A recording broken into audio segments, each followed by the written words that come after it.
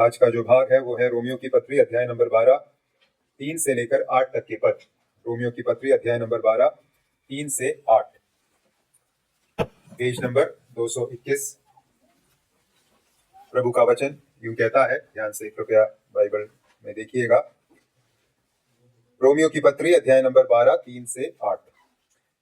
क्योंकि मैं उस अनुग्रह के कारण जो मुझको मिला है तुम में से हरेक से कहता हूं कि जैसा समझना चाहिए उससे बढ़कर कोई भी अपने आप को न समझे, पर जैसा परमेश्वर ने हरेक को विश्वास परिमाण के अनुसार बांट दिया है वैसा ही सुबुद्धि के साथ अपने को समझे। क्योंकि जैसे हमारी एक देह में बहुत से अंग हैं और सब अंगों का एक ही सा काम नहीं, वैसा ही हम जो बहुत हैं मसीह में एक देह होकर आपस में एक दूसरे के अंग हैं। जबकि उस अनुग्रह के अनुसार जो हमें दिया गया है हमें भिन्न भिन्न वरदान मिले हैं। तो जिसको भविष्यवाणी का दान मिला हो वह विश्वास के परिमाण के अनुसार भविष्यवाणी करे। यदि सेवा करने का दान मिला हो तो सेवा में लगा रहे। यदि कोई सिखाने वाला हो तो सिखाने में लगा रहे। जो उपदेशक हो वह उपदेश देने में लगा रहे। दान देने वाला उदारता से दे। जो अगुवाई करे वह उत्साह से करे। जो दया करे वह हर्ष से करे।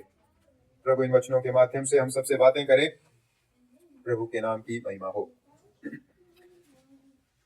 ये जो भाग हमने पढ़ा उसके लिए अगर एक शीर्षक हम देना चाहें, शीर्षक होगा सही मानसिकता के साथ परमेश्वर की सेवा।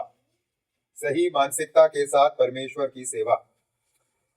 अगर आपको स्मरण है, इससे पहले दो आयतों के अंतर्गत हमने पौलुस द्वारा दिए गए प्रोत्साहन के विषय में सीखा। और उस प्रोत्साहन के अंतर्गत पौलुस ने जो एक बात कही हमें दूसरे पद में, वो था तुम्हारे मन के नए हो जाने से तुम्हारा चाल चलन भी बदलता जाए। मन के नए हो जाने के विषय में पौलुस ने हमसे बात की थी। अब जिस भाग को आज हमने पढ़ा उसमें मन के नए किए जाने के प्रोत्साहन को देने के तुरंत बाद पहली बात जो पौलुस लिखते हैं उसका लेना देना किसके साथ है। तो दूसरे आयत में पौलुस ने मन के नए हो जाने के विषय में बात की थी। अब तीसरे आयत से आगे जब हमने पढ़ा हम क्या देखते हैं, मन के नए किए जाने के उपदेश को बताने के तुरंत बाद पहली जो बात पौलुस इन आयतों में लिखते हैं वो क्या है, मन के नए किए जाने का उपयोग आप किस तरीके से करें, किस तरीके से अपने आप का सही आंकलन उस नए मन के साथ करें, उसके विषय में पौलुस हमें इन आयतों में मुख्यतः बता रहे हैं। तो मसीह यीशु में हमें एक नया मन मिला है और उस नए मन के साथ हम अपने आप का मूल्यांकन किस प्रकार से करें उस विषय में तीसरे पद में सर्वप्रथम पौलुस लिख रहे हैं। परंतु यहां अगर आपने ध्यान दिया 3 से 8 तक के आयतों में जो मुख्य विषय है वो आत्मिक वरदान पढ़ने जब हमने पढ़ा इसे स्पष्ट तौर पर जाहिर होता है भिन्न भिन्न वरदानों के बारे में पौलुस यहाँ बात कर रहे हैं। तो एक सवाल हमारे मन में आएगा, अपने सही मूल्यांकन को रखने, अपने प्रति सही मूल्यांकन को रखने और आत्मिक वरदानों के बीच क्या है संबंध। ये दोनों विषय अपने आप में असंबद्ध विषय है ऐसे प्रतीत होते हैं। मनुष्य अपना मूल्यांकन सही करे, सेल्फ एस्टिमेशन सही रखे, और आत्मिक वरदान इस प्रकार के हैं। ये दो अलग अलग विषयों पर पौलुस 3 से 8 तक के आयतों में बात कर रहे हैं। इन दो विषयों को हम कैसे संग ला सकते हैं, इन दो विषयों के बीच के संबंध को कैसे जोड़ सकते हैं, हमें इस प्रकार से संबंध को समझने की जरूरत है।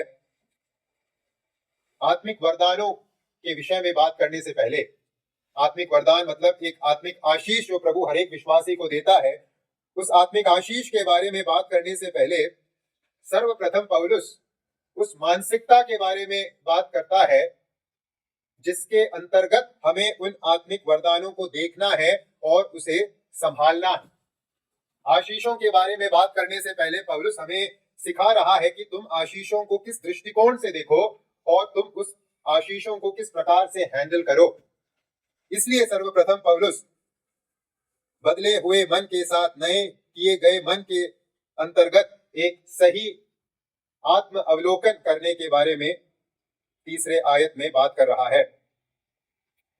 किस मानसिकता के साथ हम अपने आप को देखें, इस बात को जानने पर कि परमेश्वर से हमें अलग अलग प्रकार के आत्मिक वरदान प्राप्त हुए हैं। आशीषों के साथ एक बड़ा खतरा यह है कि अगर आपको आशीष किस प्रकार से संभालना है नहीं मालूम, तो वो आशीष आपके जीवन में सबसे बड़े दुख का कारण बन जाएंगे। दुनिया में या सृष्टि में पहला पाप कैसे आया?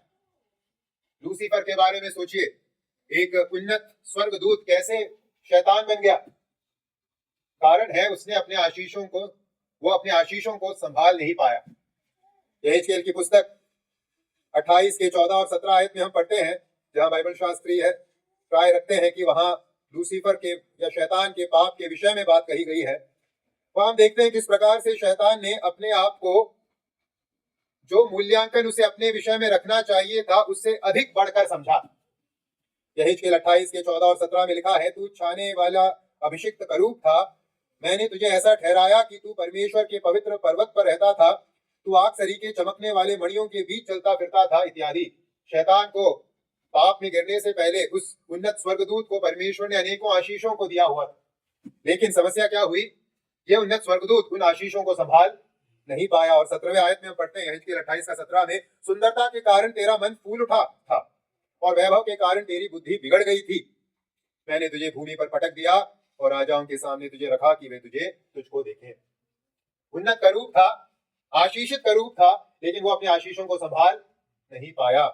उसका मन फूल उठा और उसकी बुद्धि बिगड़ गई, और उसके परिणाम स्वरूप वो किस अवस्था में है हम सबको मालूम है। आज वो किस अवस्था में है, वो कौन है और क्या है। भाई और बहनों, यही खतरा मेरे और आपके जीवन में भी है। आज हमने भजन संहिता में पढ़ा, हम आशीषित लोग हैं, लेकिन इन आशीषों को कैसे संभालें, इन आशीषों को कैसे हैंडल करें, अगर हमें नहीं मालूम तो हमारी अवस्था भी कुछ बिगड़ सकती है, हम भी दुखदायी अवस्था में गिर सकते हैं। इसलिए इन आयतों में आशीषों के बारे में लिखने से पहले, आत्मिक वरदानों के बारे में लिखने से पहले, पौलुस पहले उस मानसिकता के बारे में लिख रहे हैं जिस मानसिकता के साथ हमें आत्मिक वरदानों को देखने की जरूरत है। The mindset with which we need to look at our spiritual gifts. केवल आत्मिक वरदानों के संबंध में यहाँ बताई गई मानसिकता का उपयोग नहीं है, पूरे मसीही जीवन में इसी मानसिकता के साथ मुझे और आपको जीवन जीने की जरूरत है। तो आइए तीसरे आयत में सर्वप्रथम इस मानसिकता के बारे में सीखें कि किस मानसिकता के साथ मुझे और आपको मसीही जीवन में मिले अलग अलग आशीषों को देखने की जरूरत है।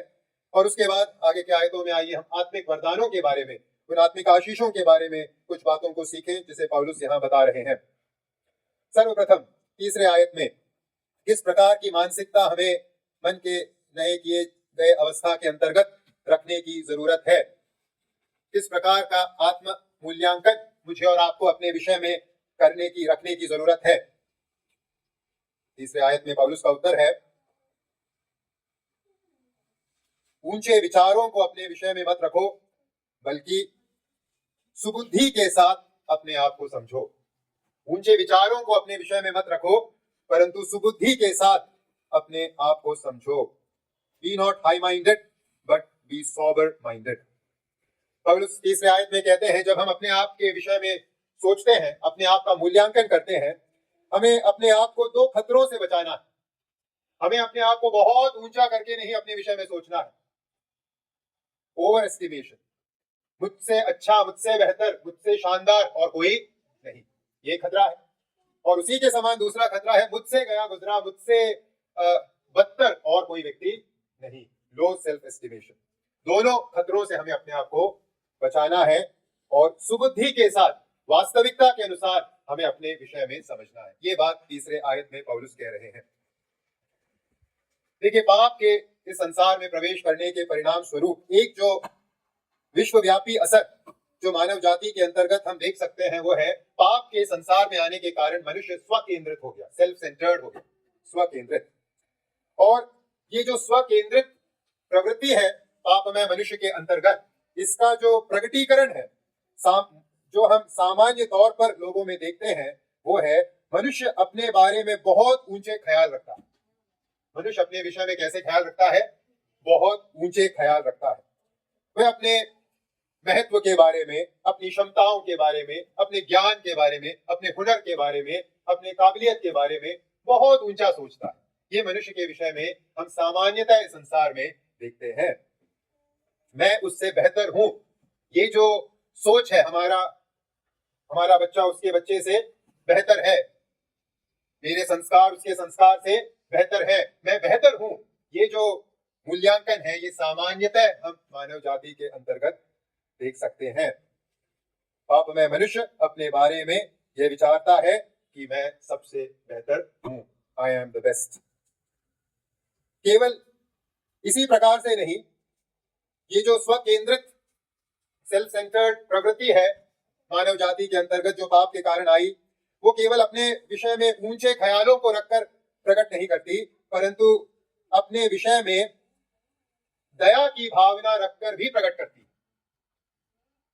कई लोग अपने बारे में सेल्फ पिटी रखते हैं, आत्मदया, स्वयं के बारे में दया की भावना रखते हैं। अरे मुझसे गया गुजरा कोई नहीं, मैं कितने दुखदायी अवस्था में हूं, कितनी समस्या है, मुझ पर हाय। इस प्रकार की जो मानसिकता है वो भी इस स्वकेंद्रित सेल्फ सेंटर्ड प्रवृत्ति की निशानी। चाहे मनुष्य अपने बारे में बहुत ऊंचा सोचे या मनुष्य अपने बारे में बहुत नीचा सोचे, दोनों एक ही चीज दर्शाता है कि ये व्यक्ति अपने विषय में ही सोच रहा है, वो सेल्फ सेंटर्ड है।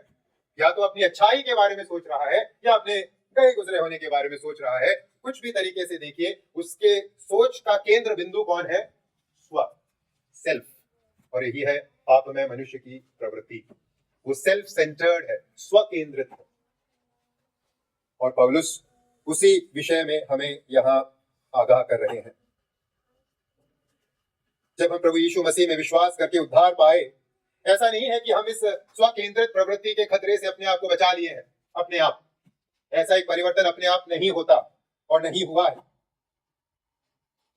एक घटना घटी, बहुत सालों पहले की बात है। कलीसिया का एक विश्वासी, इसलिए उसके भावनाओं को ठेस लगी क्योंकि विश्वासी लोग सब एक गाड़ी में बैठकर कहीं जा रहे थे और इस व्यक्ति से कहा गया कि आप गाड़ी के आखिरी सीट पे बैठ जाइए। और उसका जो महत्व है उसके नजरों में क्या हो गया? गिर गया। क्यों? मुझे तीसरी रो में, गाड़ी के तीसरे रो में बैठाया। शायद हम में से किसी का भी ऐसा गया होगा, मुझे वहां बैठाया देखो। सोचिएगा, केवल उस विश्वासी के बारे में नहीं बोल रहे, हमें अपने बारे में भी सोचना है। क्या विपरीत, कोई अपने बारे में भी ऊंचे विचार रखता है, कोई अपने बारे में बहुत नीचे विचार रखता है, निचले स्तर का। प्रभु का दास मार्टिन लॉर्ड जोन्स, उन्होंने इस पुस्तक के कमेंट्री में इस प्रकार से लिखा है, एक घटना के बारे में लिखा है। वो एक बार कहीं प्रचार करने के लिए गए थे, तो स्टेशन में एक व्यक्ति, एक विश्वासी उन्हें लेने आया। तो उस स्टेशन में जब भाई से मिला, इस प्रभु के दास से इस विश्वासी की मुलाकात हुई, तो उस विश्वासी ने कहा, डॉक्टर जोन्स, आप तो प्रभु के एक बहुत बड़े दास हैं और मैं तो केवल एक चिमनी के समान हूं, धुआं फेंकने वाले चिमनी के समान हूं, मैं आपका सूटकेस पकड़ लेता हूं। तो इस कथन को सुनकर डॉक्टर जोन्स ने, प्रभु के दास ने, ये नहीं सोचा कि ये व्यक्ति बहुत नम्र है, अपनी दीनता को दर्शा रहा है। प्रभु के दास ने उस व्यक्ति को करेक्ट करना चाहा। ये व्यक्ति जब कह रहा था कि मैं एक चिमनी के बराबर हूं, इसकी उम्मीद क्या है? ये किस हिसाब से कह रहा है कि मैं बहुत गया गुजरा हूं? ताकि प्रभु का दास कहे, नहीं नहीं नहीं भाई, आप बहुत शानदार हो, आप बहुत अच्छे हो, आप, ताकि उसका जो स्व केंद्रित प्रवृत्ति है वो फूल जाए। लेकिन इस भाई ने क्या कहा? इस भाई ने कहा, तुम जो सोच रहे हो, मैं समझता हूं एकदम सही सोच रहे हो, तुम एक चिमनी के बराबर ही हो। इस प्रकार से उस भाई ने उत्तर दिया। कहने का तात्पर्य है, कुछ लोग अपने विश्वास में आने के बावजूद ये जो स्व केंद्रित प्रवृत्ति के साथ हमारा संघर्ष है, वो संघर्ष समाप्त नहीं हुआ।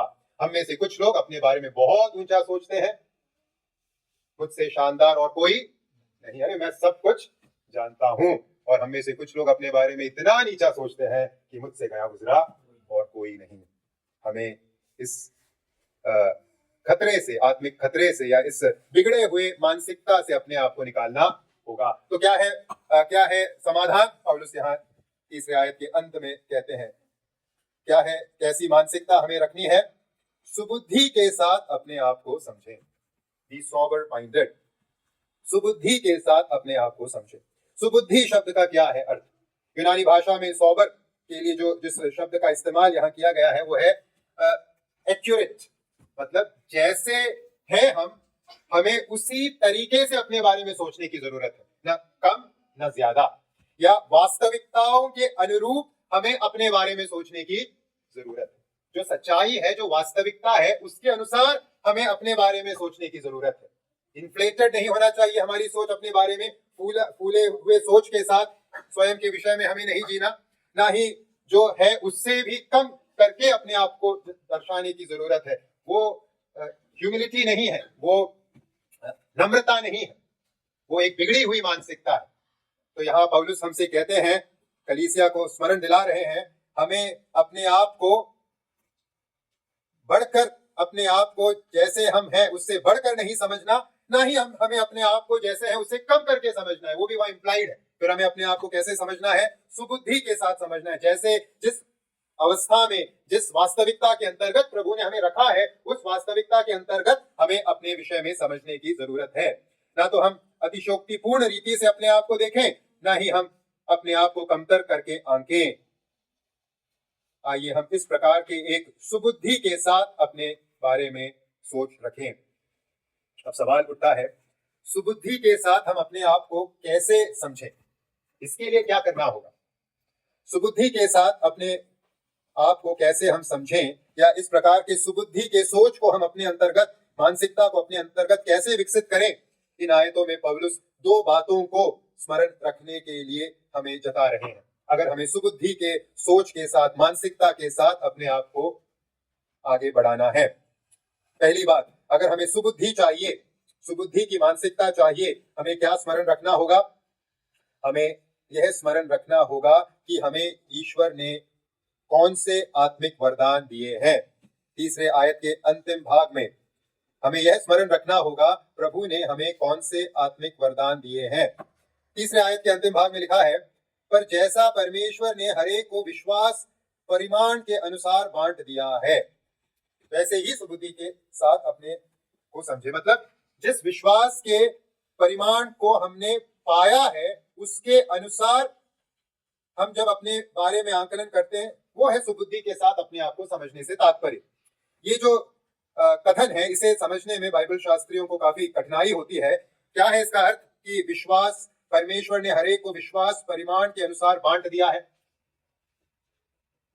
यहाँ इस वचन के संदर्भ में, या 3 से 8 तक के अनुच्छेद के संदर्भ में, अधिकांश बाइबल शास्त्री इस कथन को आत्मिक वरदानों के बांटे जाने से जोड़कर समझते हैं। तो हम इस प्रकार से समझ सकते हैं, पर जैसा परमेश्वर ने हरेक को आत्मिक वरदान बांट दिया है, उसके अनुसार सुबुद्धि के साथ अपने आप को समझो। तो यहाँ जब पौलुस विश्वास के परिमाण के अनुसार बांटे जाने के बारे में बात कर रहे हैं, इसका वास्ता किसके साथ समझा गया है? आत्मिक वरदानों के बांटे जाने के साथ समझा गया है। तो यहाँ पौलुस हमसे कह रहे हैं, सुबुद्धि के साथ अपने आप को अगर हमें समझना है तो क्या याद रखना होगा? हमें यह याद रखना होगा कि परमेश्वर ने हमें किस प्रकार के आत्मिक वरदान या आत्मिक जिम्मेदारियां दी हैं। इस समझ को जब हम अपने अंतर्गत रखेंगे, तब हम सुबुद्धि के साथ अपने आप को समझ पाएंगे। परमेश्वर ने अपने दया के अंतर्गत हरेक विश्वासी को कुछ आत्मिक वरदान दिए हैं, और जब हम उन आत्मिक वरदानों के अंतर्गत अपने आप को सीमित रखते हुए प्रभु की सेवा करेंगे, और जब हम उन आत्मिक वरदानों को नजरअंदाज करके खाली नहीं बैठेंगे, इस प्रकार की एक अवस्था में हम सुबुद्धि के साथ जीवन जीने वाले लोग बनेंगे। मैं फिर से दोहराता हूं, परमेश्वर ने अपने अनुग्रह के या दया के अंतर्गत हर एक विश्वासी को एक विशेष आत्मिक वरदान या आत्मिक काबिलियत दी है। जब हम उन आत्मिक वरदानों को समझकर उनके अंतर्गत अपने आप, अपने सेवकाई को, अपने उपयोगिता को बनाए रखेंगे और उस आत्मिक वरदानों को नजरअंदाज नहीं करेंगे, तब हम मसीही जीवन में सुबुद्धि के साथ अपने विषय में आंकलन रखने वाले बन जाएंगे, सोबर माइंडेड बन जाएंगे। भाई और बहनों, हमें अपने आत्मिक वरदानों को जानना है और उन वरदानों के अंतर्गत जो भूमिका प्रभु ने हमें दी है उसको कलीसिया में निभाना है, और उन आत्मिक वरदानों का को नजरअंदाज नहीं करना। दो खतरे हैं आत्मिक वरदानों के संबंध में। आप ऐसे वरदान, ऐसी भूमिका में अपने आप को रखना चाहो जिसके लिए वरदान आपके पास नहीं है, और दूसरा खतरा, आप जो वरदान आपको मिला है उसका भी आप इस्तेमाल नहीं कर रहे, आप केवल शांत बैठने का काम कर रहे हैं। दोनों खतरे हैं जिससे हमें अपने आप को बचाना है, अगर हमें सुबुद्धि के साथ अपने विषय में समझ रखने की जरूरत है। तो सबसे पहला जो निर्देश पौलुस दे रहे हैं सुबुद्धि के संबंध में, वो है समझिए, स्मरण कीजिए आपको कौन से वरदान मिले हैं। उन वरदानों की सीमा में अपनी सेवकाई को रखिए और उन वरदानों को छिपाने का काम, भूल जाने का काम मत कीजिए। ये है सुबुद्धि के समझ के लिए पहला निर्देश। क्या हमने अपने वरदानों को जाना है? बस यही जीवन में आने के पश्चात कितना समय बीत चुका है, कितने साल बीत चुके हैं, क्या आपने अपने वरदानों को जान लिया है? या अभी भी आप अंधेरे में तीर चला रहे हो, यही मेरा वरदान होगा या ये मेरा वरदान होगा? या आपको एक अंदाजा मिल चुका है? क्या हम में से कोई अपने वरदानों को भूलकर, छिपाकर उस दुष्ट दास के समान जिसने उस तोड़े को जमीन में गाड़ कर रख दिया था और कुछ नहीं कर रहा था, वैसे तो नहीं हो गया? कुछ नहीं करते, प्रभु के सेवकाई के संबंध में खाली बैठे, केवल अपने रोजमर्रा के जीवन में क्या खाएं, क्या पिए, क्या पहने, इसी में व्यस्त है। प्रभु की सेवकाई के लिए कोई भूमिका, प्रभु की सेवकाई में कोई भूमिका नहीं। ऐसे तो नहीं बन गया। हमें अपने बारे में सोचने की जरूरत है। दोनों खतरे हमें अपने बारे में सुबुद्धि रखने से रोकते हैं। दूसरा जो निर्देश सुबुद्धि भरे मन के लिए जो यहाँ पौलुस देते हैं, वो है न केवल अपने आत्मिक वरदानों को जानिए, परंतु अपने आत्मिक स्थान को भी जानिए। अगर आपको सुबुद्धि चाहिए, अपने आत्मिक स्थान या पोजीशन, स्पिरिचुअल पोजीशन को पहचानिए। 4 और 5वें आयत में हर एक विश्वासी के आत्मिक स्थान के बारे में, पोजीशन के बारे में पौलुस बात कर रहे हैं। 4 और 5 में देखिए क्या लिखा है। क्योंकि जैसे हमारी एक देह में बहुत से अंग है और सब अंगों का एक ही सा काम नहीं, वैसा ही हम जो बहुत हैं मसीह में एक देह होकर आपस में एक दूसरे के अंग हैं। तो क्या है हमारा आत्मिक स्थान, स्पिरिचुअल पोजीशन? यहाँ पौलुस एक उपमा का, रूपक का इस्तेमाल कर रहे हैं, शरीर के उपमा का इस्तेमाल कर रहे हैं कलीसिया के बारे में बात करने के लिए। और कलीसिया के हर एक सदस्य को, हर एक विश्वासी को शरीर के एक अलग अलग अंग के रूप में यहाँ पौलुस चित्रित कर रहे हैं। तो हमें यह स्मरण रखना होगा कि हमारा आत्मिक स्थान कैसा है, हमारा आत्मिक स्थान कैसा है। उस शरीर के अंग के समान है हम। जिस अंग का शरीर में एक विशेष उपयोग है, एक विशिष्ट उपयोग है, वैसे ही प्रभु ने हमें अपने आत्मिक देह रूपी कलीसिया में एक विशेष उपयोग के साथ रखा है। शरीर में एक अंग एक कार्य करता है, सारा कार्य नहीं करता। वैसे ही हम भी कलीसिया के सदस्य के रूप में कुछ विशिष्ट कार्यों के लिए, जिम्मेदारियों के लिए रखे गए हैं। हम सब कार्य करने वाले नहीं बन सकते। हमें एक दूसरे की जरूरत है अगर हम चाहते हैं कि शरीर या कलीसिया स्वस्थ रहे। यह समझ हमें अपने विषय में रखने की जरूरत है। हम एक कलीसिया के सदस्य हैं, देह के अंग हैं। हमारे पास आत्मिक वरदान है, लेकिन वो काफी नहीं है पूरे देह के स्वस्थ रहने के लिए। हमें अन्य अंगों की भी जरूरत है, अन्य विश्वासियों की जरूरत है, उनके वरदानों की जरूरत है। तब जाकर कलीसिया रूपी देह क्या होगी? स्वस्थ होगी, तंदुरुस्त होगी, परमेश्वर के लिए उपयोगी होगी। यह समझ कि मुझे एक दूसरे की जरूरत है, मेरा आत्मिक स्थान एक शरीर में है जहां मुझे अन्य विश्वासियों की जरूरत है, यह समझ हमें सुबुद्धि के साथ अपने विषय में सोचने में मददगार सिद्ध होगी। आइए हम अपने विषय में सुबुद्धि के साथ सोचें। आइए हम इन दो बातों को स्मरण रखें। प्रभु ने हम सबको आत्मिक वरदान दिया है। हमारी आत्मिक क्षमता क्या है जो प्रभु ने हमें दी है? आइए हम सोचें और हम इस बात को समझें। हम अकेले नहीं हैं, हम एक शरीर के एक अंग के जैसे हैं। हमारे पास सारी क्षमताएं नहीं है, हमें अन्य भाई बहनों की भी आवश्यकता है अगर हम चाहते हैं कि शरीर स्वस्थ रहे। इन दो बातों को आइए हम अपने अंतर्गत रखें अगर हमें सुबुद्धि के साथ अपने बारे में सही आंकलन करने की जरूरत है। प्रभु के एक दास ने इस प्रकार से कहा है, परमेश्वर की कलीसिया में एकता है क्योंकि शरीर एक है, जैसे हमने यहाँ पढ़ा 4 और 5 में। प्रभु की कलीसिया में विविधता है क्योंकि भूमिकाएं अलग अलग हैं, वरदान अलग अलग हैं। और प्रभु की कलीसिया में एक दूसरे के ऊपर आश्रय भी है, क्योंकि मुझे मेरे आत्मिक आवश्यकताओं के लिए आपकी जरूरत है, आपको अपनी आत्मिक उन्नति के लिए मेरी जरूरत है। तो हम एक दूसरे पर क्या है, आश्रित है। तो प्रभु की कलीसिया में एकता है, प्रभु की कलीसिया में विविधता है, और प्रभु की कलीसिया में एक दूसरे के ऊपर आश्रय है। यह है एक स्वस्थ कलीसिया का लक्षण। आइए हम अपने विषय में इन बातों को, अपनी कलीसिया के विषय में इन बातों को सोचें और जांचें। एकता, विविधता और आश्रय, एक दूसरे पर आश्रय, क्या हमारे बीच भी ऐसा ही है? यह है एक स्वस्थ कलीसिया की निशानी और एक सुबुद्धि के साथ अपने आप को समझने के लिए जरूरी बातें। अब इन दो वास्तविकताओं को प्रस्तुत करने के बाद कि सुबुद्धि के साथ अपने आप को समझने के लिए किन दो बातों को स्मरण रखना है, 6 से 8 तक के आयतों में पौलुस आत्मिक वरदानों के बारे में बात कर रहे हैं। 6 से 8 तक के आयतों में पौलुस आत्मिक वरदानों के बारे में बात कर रहे हैं, या उस आशीष के बारे में, एक महत्वपूर्ण आत्मिक आशीष के बारे में बात कर रहे हैं जो प्रभु ने हर किसी को, हर एक विश्वासी को दिया है। तो आइए हम सही मानसिकता के साथ अपने आत्मिक वरदानों के बारे में जाने, सीखें। इन आत्मिक वरदानों के बारे में देखने से पहले आइए हम समझें आखिरकार आत्मिक वरदान है क्या। आत्मिक वरदान क्या है, या स्पिरिचुअल गिफ्ट्स अंग्रेजी में कहते हैं। क्या है स्पिरिचुअल गिफ्ट्स?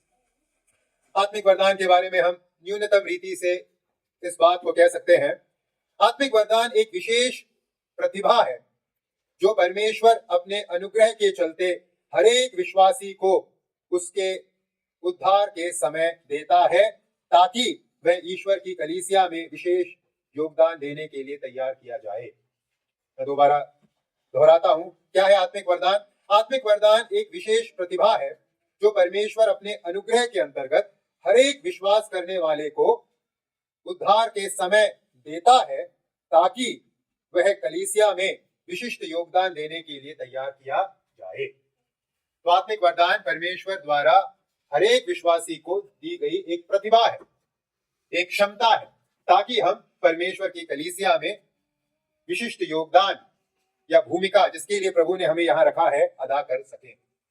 यह है सरल रीति में कहें तो आत्मिक वरदान की एक परिभाषा। तो जब हमने प्रभु यीशु पर अपने विश्वास को रखा और उद्धार पाया, तब प्रभु यीशु ने या ईश्वर ने हमें आत्मिक वरदान भी दिए। जिस वक्त उद्धार आया उस वक्त वरदान भी आए, ताकि हम प्रभु की कलीसिया में खाली बैठने वाले न बने, मूक दर्शक के रूप में न रहें, अपनी भूमिका अदा करें, अपनी जिम्मेदारी अदा करें। जैसे परिवार में हर एक व्यक्ति की एक जिम्मेदारी है, भूमिका है, प्रभु की कलीसिया में हर एक विश्वासी की एक भूमिका है। जैसे शरीर में हर एक अंग की एक भूमिका है, कलीसिया में हर एक विश्वासी की एक भूमिका है। और इसको प्रभु ने कैसे तय किया है? उद्धार के वक्त अपने अनुग्रह के अंतर्गत हम में से हर एक विश्वास करने वाले को एक विशिष्ट आत्मिक वरदान देकर, कम से कम एक विशिष्ट आत्मिक वरदान देकर।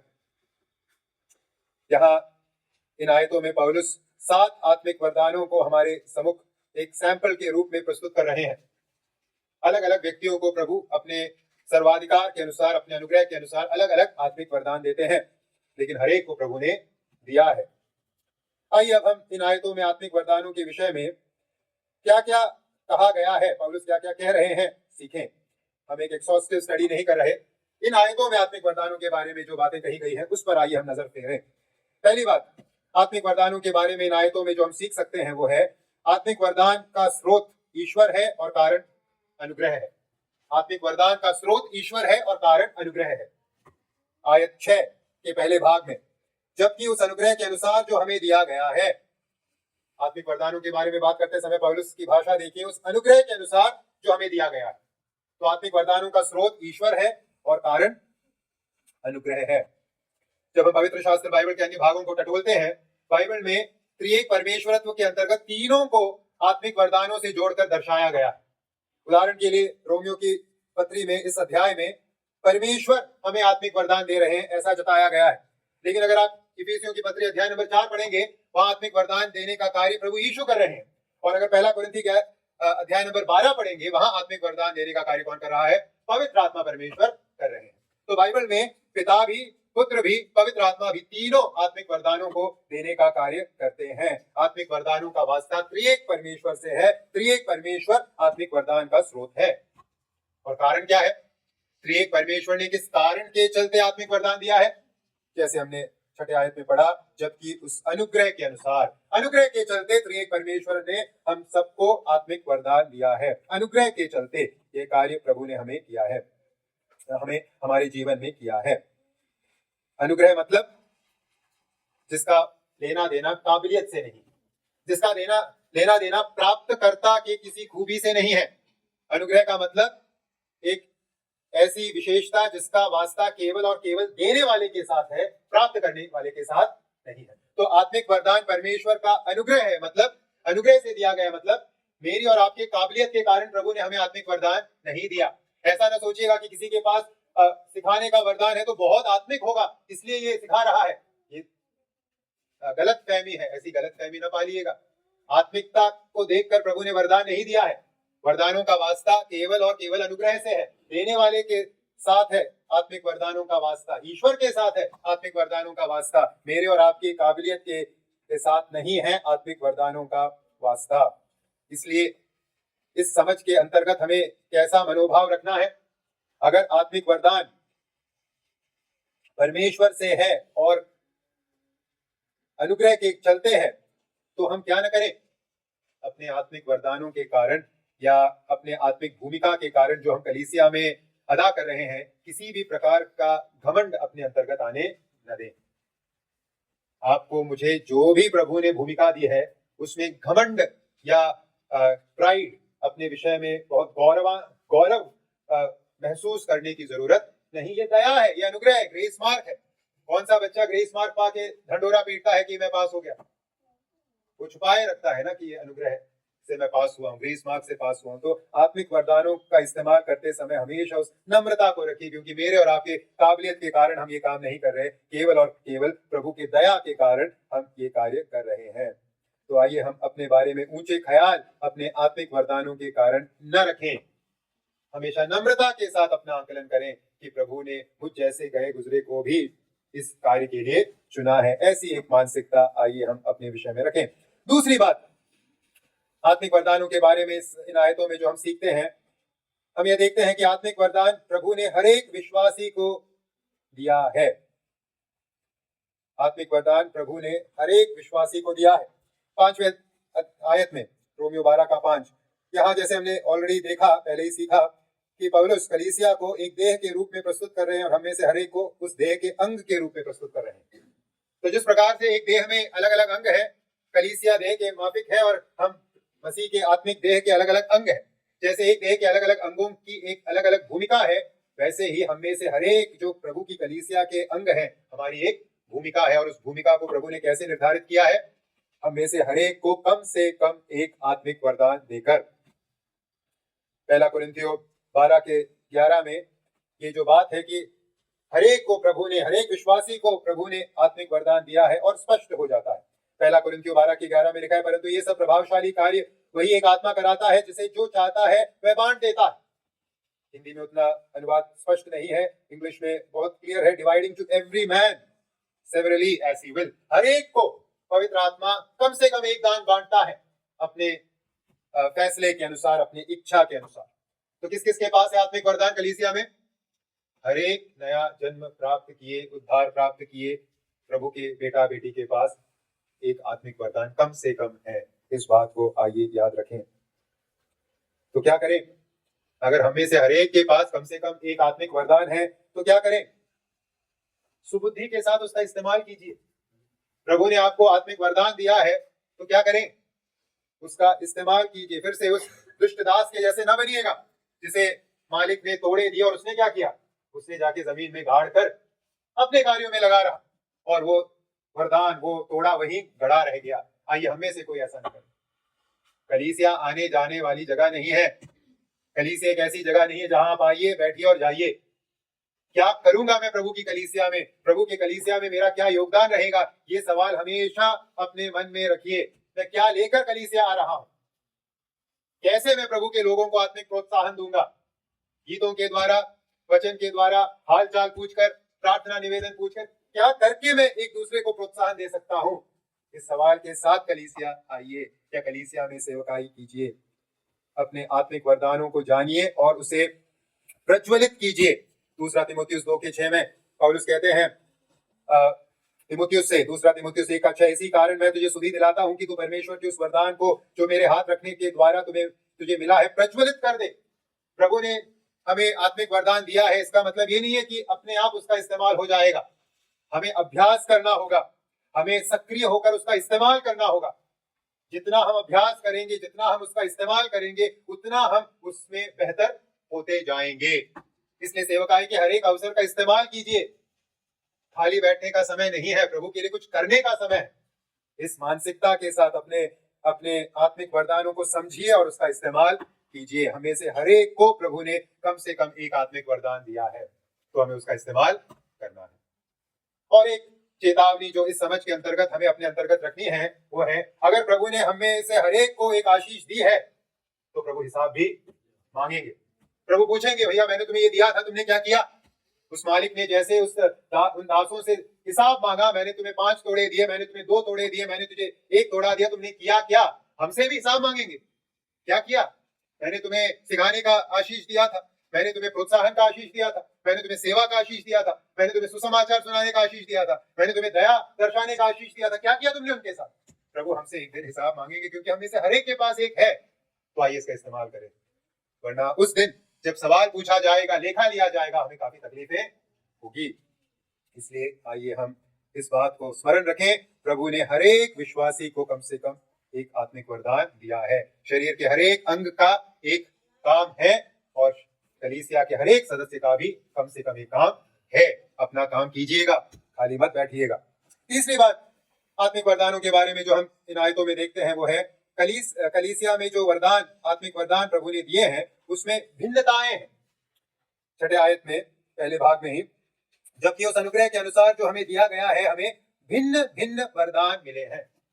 कलीसिया के अंतर्गत प्रभु ने हम सबको कम से कम एक वरदान दिया है, लेकिन उन वरदानों में भिन्नता है। इस बात को हमें स्मरण रखने की जरूरत है। हर एक को एक ही वरदान नहीं दिया गया, हर एक को अलग अलग प्रकार का वरदान दिया गया है, ताकि कलीसिया क्या हो, एक स्वस्थ शरीर के रूप में आगे बढ़ सके। आगे हम देखेंगे 7 अलग अलग भिन्न आत्मिक वरदानों का उल्लेख पौलुस आगे कर रहे हैं। इसके अतिरिक्त 1 कोरिन्थियों अध्याय नंबर 12 में पौलुस 2 सूची देते हैं जिसमें अलग अलग आत्मिक वरदानों का उल्लेख करते हैं, और इफिसियों की 4 अध्याय में फिर से पौलुस आत्मिक वरदानों की एक सूची हमें देते हैं। तो अलग अलग प्रकार के आत्मिक वरदान है, भिन्न प्रकार के आत्मिक वरदान। तो अगर परमेश्वर ने अलग अलग प्रकार के आत्मिक वरदान हमें दिए हैं, एक देह में अलग अलग अंग के रूप में अलग अलग क्षमताओं को अलग अलग वरदानों के अंतर्गत प्रभु ने हमें दिया है, तो हमें क्या समझ रखनी चाहिए इसके अंतर्गत? क्या करने से हमें बचना होगा? अगर प्रभु ने शरीर में विविधता रखी है तो क्या ना करें? आत्मिक वरदानों की तुलना करने से बचें। आत्मिक वरदानों की तुलना करने से बचें। क्या शरीर में ऐसा कभी आप करते हो कि मेरा हाथ उतना जरूरी नहीं, पैर ज्यादा जरूरी, मुंह उतना जरूरी नहीं, कान ज्यादा जरूरी, ऐसा कभी कहते हैं आप लोग? हमें से कोई ऐसा शरीर के अंगों की तुलना नहीं करते ना कि हाथ से ज्यादा ये जरूरी है, उससे ज्यादा ये जरूरी है। हमें हर एक अंग की जरूरत है। अगर शरीर को स्वस्थ रहना है, हर एक अंग की हमें जरूरत है। इसी प्रकार से आइए हम आत्मिक वरदानों की भी तुलना न करें। क्या वो विश्वासी कलीसिया के लिए बहुत उपयोगी है, वो विश्वासी उतना उपयोगी नहीं है, इसके बिना काम चल जाएगा, उसके बिना काम नहीं चलेगा, इस प्रकार का आंकलन मत कीजिएगा। अगर हर एक विश्वासी अपना आत्मिक वरदान का इस्तेमाल निष्ठा से, विश्वास योग्यता से कर रहा है, तो हमें उन सब की जरूरत है। आत्मिक वरदानों को तुलनात्मक रीति में कभी ना देखिए, अरे मेरा ये वरदान है, उनका वो वरदान है, वो वरदान काफी अच्छा है, मेरे वरदान से कोई वरदान अच्छा बुरा नहीं है। कलीसिया के स्वस्थ रहने के लिए सभी वरदानों की जरूरत है। एक की कमी कलीसिया को अस्वस्थ बनाएगी, एक की भी कमी, इस बात को मन में रखिए।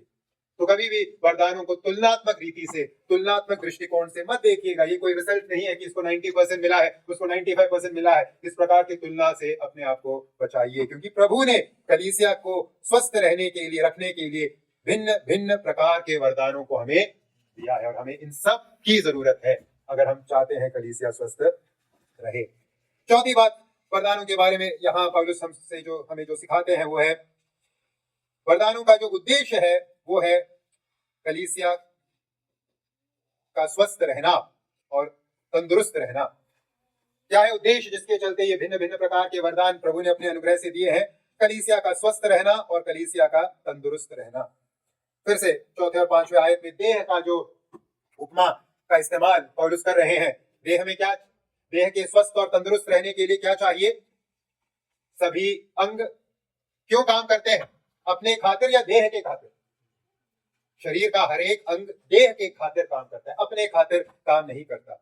वैसे ही आत्मिक वरदान का इस्तेमाल हम क्यों करें? अपने खातिर नहीं, देह के खातिर, देह के कलीसिया के स्वस्थ और तंदुरुस्त रहने के खातिर हमें अपने आत्मिक वरदानों का इस्तेमाल करना है। हाँ, आत्मिक वरदान एक एक व्यक्ति को दिया जाता है, लेकिन एक एक व्यक्ति को दिया गया आत्मिक वरदान उस व्यक्ति के लिए नहीं है, बल्कि संपूर्ण देह के लिए। मुझे जो वरदान दिया है वो आप लोगों के लिए है, आप लोगों को जो वरदान दिया है वो मेरे लिए है। तभी कलीसिया स्वस्थ रीति से आगे बढ़ पाएगी। वरदान एक दूसरे के लिए है, इस समझ को रखिएगा। पहला कुरिन्थी 12:7 में पौलुस इसी बात को स्पष्ट करते हैं, किंतु सबके लाभ पहुंचाने के लिए हर एक को आत्मा का प्रकाश दिया जाता है। पहला कुरिन्थी 12:7, सबके लाभ पहुंचाने के लिए, एक दूसरे के खातिर हमें प्रभु ने भिन्न भिन्न प्रकार के वरदान दिए हैं। पांचवी बात जो हम इस सूची में सीख सकते हैं, इस इन आयतों में देख सकते हैं, वो है आत्मिक वरदानों को हम दो मुख्य विभाजनों के अंतर्गत बांट सकते हैं। आत्मिक वरदानों को दो मुख्य विभाजनों के अंतर्गत बांट सकते हैं। अगर आप यहाँ 6 से 8 तक दिए गए आत्मिक वरदानों को देखें, इन वरदानों को आप दो मुख्य विभाजनों के अंतर्गत रख सकते हैं। एक है स्पीकिंग गिफ्ट्स या मौखिक रूप से इस्तेमाल में लाए जाने वाले वरदान, और दूसरा है सर्विंग गिफ्ट्स या सेवा के लिए, एक दूसरे की सेवा के लिए, भौतिक सेवा के लिए दिए गए वरदान। तो यहां अगर आप इस सूची को देखें, जैसे भविष्यवाणी हुई या उपदेश हुआ, उपदेश या सिखाने वाला हुआ, ये जो वरदान है, ये 3 वरदान है, ये मौखिक वरदान है, स्पीकिंग गिफ्ट्स है, बोलकर इसका इस्तेमाल किया जाता है। परंतु बाकी जो यहाँ है, दान देने का वरदान, दया करने का वरदान, ये कौन से गिफ्ट्स हैं? अगुवाई करने का वरदान, ये किस प्रकार के वरदान है? ये सेवा के लिए इस्तेमाल किए जाने वाले वरदान है, जिसका भौतिकता के साथ या कुछ करने के साथ, कर्मों के साथ वास्ता है। तो मुख्यतः 2 प्रकार से हम इन वरदानों को देख सकते हैं। प्रभु ने कुछ लोगों को स्पीकिंग गिफ्ट दिए हैं, बोलने के वरदान दिए हैं, मौखिक वरदान दिए हैं, और कुछ लोगों को कर्मों से संबंधित वरदान दिए, जहां आपको कुछ करना है, दया दर्शानी, उपकार करना है इत्यादि। अब आइए हम संक्षिप्त रूप से यहाँ दिए गए वरदानों पर एक एक टिप्पणी करके इस संदेश को समाप्त करेंगे। तो यहाँ कुल मिलाकर 7 वरदानों के बारे में पौलुस बात कर रहे हैं। पहला वरदान है 6वें आयत में भविष्यवाणी का वरदान। भविष्यवाणी ये जो शब्द है, ये अनुवाद में आई एक समस्या है। आप भविष्यवाणी को दूसरे तरीके से देखिएगा। भविष्यवाणी मतलब सही अनुवाद होना चाहिए ईशवाणी। भविष्यवाणी शब्द ऐसा प्रतीत कराता है मानो भविष्य के बारे में बात करना, लेकिन प्रॉफेट जो अंग्रेजी में शब्द है, या जो यूनानी से या इब्रानी से जिस शब्द से यह आया है, उसका वास्ता ईश्वर की ओर से बोलने वाले व्यक्ति के साथ है। तो भविष्यवाणी को आप ईशवाणी के रूप में देखिए, वो बेहतर अनुवाद होगा, समझने के लिए उत्तम होगा। तो क्या है ईशवाणी का वरदान? भविष्यवाणी या ईशवाणी का दान क्या है? ईशवाणी का दान आप पुराने नियम के संबंध में मत समझिएगा, जहां प्रभु के दास लोग आने वाले समय की बातें करते थे, जहां जब तक पवित्र शास्त्र बाइबल का कार्य पूरा नहीं हुआ, वैसे एक वरदान की आवश्यकता थी। लेकिन आज जब परमेश्वर का वचन पूरा हो चुका है, ईशवाणी के वरदान को हमें किस प्रकार से समझने की जरूरत है? नए नियम की कलीसिया के अंतर्गत ईशवाणी का वरदान एक ऐसा वरदान है जिसके अंतर्गत प्रभु कुछ लोगों को अपने वचन के बातों को समझने की अद्भुत प्रतिभा देते हैं। परमेश्वर वचन समझने की एक अद्भुत क्षमता देते हैं। यह है ईश्वरता, जो प्रभु के इस अद्भुत समझ के द्वारा वचन समझकर उसके सत्य को उजागर करने का काम करते हैं। कलीसिया के इतिहास में ऐसे बहुत सारे हम प्रॉफिट्स के बारे में पढ़ते हैं, जैसे मार्टिन लूथर। कलीसिया एक ऐसे समय से गुजर रही थी जब सब कर्मकांड के द्वारा उद्धार प्राप्त करने की कोशिश कर रहे थे, लेकिन मार्टिन लूथर आए और बाइबल में जो लिखा था, स्पष्ट लिखा था, लेकिन कोई देख नहीं पा रहा था, समझ नहीं पा रहा था, उसे हाईलाइट करके उसने प्रस्तुत किया कि धर्मी जन विश्वास से जीवित रहेगा। यह है एक ईश्वरता का रोल। वो बाइबल की ऐसी बातों को जो सबको नहीं दिखता, प्रभु के अनुग्रह से प्रस्तुत करने का काम करता है, और जब वो दिखाता है, बाकी को भी दिखने लगता है कि हाँ, ये तो यहाँ लिखा है। प्रभु के बड़े बड़े दासगण जिन्होंने बाइबल को सिखाने का काम किया, बाइबल के अर्थ को उजागर करने का काम किया, उन्होंने, वो है ईश्वरता। और आज भी वैसे ईश्वरताओं की जरूरत है और कलीसियाओं में है। हर एक विश्वासी बाइबल को एक प्रकार से समझ नहीं सकता। आप चाहे कितना भी कमेंट्री पढ़ लीजिए, कितना भी भाषा पढ़ लीजिए, बाइबल समझने के लिए आपको परमेश्वर का वरदान चाहिए। बाइबल की गूढ़ बातों को समझने के लिए वरदान चाहिए। बिना परमेश्वर के असिस्टेंस के आप ये काम नहीं कर सकते। और प्रभु ने ऐसे लोगों को कलीसिया के इतिहास में दिया है, जिनके मदद से आज हम बाइबल को इतने आराम से सीख पा रहे हैं। ईशवक्ता मतलब बाइबल के गूढ़ बातों को समझकर उसे कलीसिया के सामने रखने वाले लोग, ये है ईशवक्ता। दूसरा जो वरदान यहाँ इस सूची में है वो है सेवा। सेवा का वास्ता किससे है? सेवा का वास्ता व्यवहारिक सेवा से है। सेवा के वरदान रखने वाले लोग ऐसे हैं जो दूसरों की मदद करने में या कलीसिया के भौतिक आवश्यकताओं के संबंध में अपने भूमिका को अदा करने का काम करते हैं। सर्विस या सेवा करने का काम करते हैं। उसके बाद तीसरा जो वरदान है वो है सिखाने वाले। सिखाने वाले मतलब जो परमेश्वर के वचन को दूसरों के सामने स्पष्ट रीति से प्रस्तुत करने का कार्य करते हैं। परमेश्वर के वचन को दूसरों के सम्मुख स्पष्ट रीति से प्रस्तुत करने का कार्य करते हैं ताकि दूसरे भी उन बातों को समझ सके। वो है सिखाने वाला। हिंदी बाइबल में 8वें आयत में उपदेशक लिखा है। उसका जो अंग्रेजी में उसके लिए एक्सोर्टेशन है या प्रोत्साहन देना। उपदेशक को आप उपदेशक के जगह प्रोत्साहन देने वाले के रूप में उस वरदान को लिखिएगा। अंग्रेजी बाइबल एक बार देखिएगा। प्रोत्साहन देने वाला क्या करता है? वो मसीही जीवन में आगे बढ़ने के लिए एक दूसरे को क्या देता है? प्रबोधन देता है, प्रोत्साहन देता है। जीवन में हालचाल पूछता है, जीवन में क्या करना चाहिए क्या नहीं करना चाहिए बताता है। एक दूसरे के जीवन में सक्रिय होकर आत्मिक जीवन के लिए अलग अलग तरीके से प्रोत्साहित करता है। वो है प्रोत्साहन देने का वरदान। उसके बाद 8वें आयत में हम देखते हैं देने वाला, दान देने वाला, दान देने का वरदान। दान देने का वरदान मतलब केवल बढ़ चढ़कर प्रभु के लिए दान देना ही नहीं, परंतु बुद्धि के साथ दान देना। जहां देना है वहां देना, वो है दान देने का वरदान। प्रभु के लिए बढ़ चढ़कर देना और सही जगह देना, ये दान देने के वरदान के अंतर्गत एक समझ हमें रखने की जरूरत है। मसीही जीवन में, मसीही संसार में एक बहुत बड़ी समस्या कैसे आई है? दान देने के इस वरदान का हमने सही इस्तेमाल नहीं किया। हमारे दान देने के कारण लोगों ने मसीहत के बारे में गलत समझ ले लिया कि ये पैसा दे रहे हैं, ये मदद कर रहे हैं, ये, और हमने कहानी पलट दी, हमने कहानी बदल दी।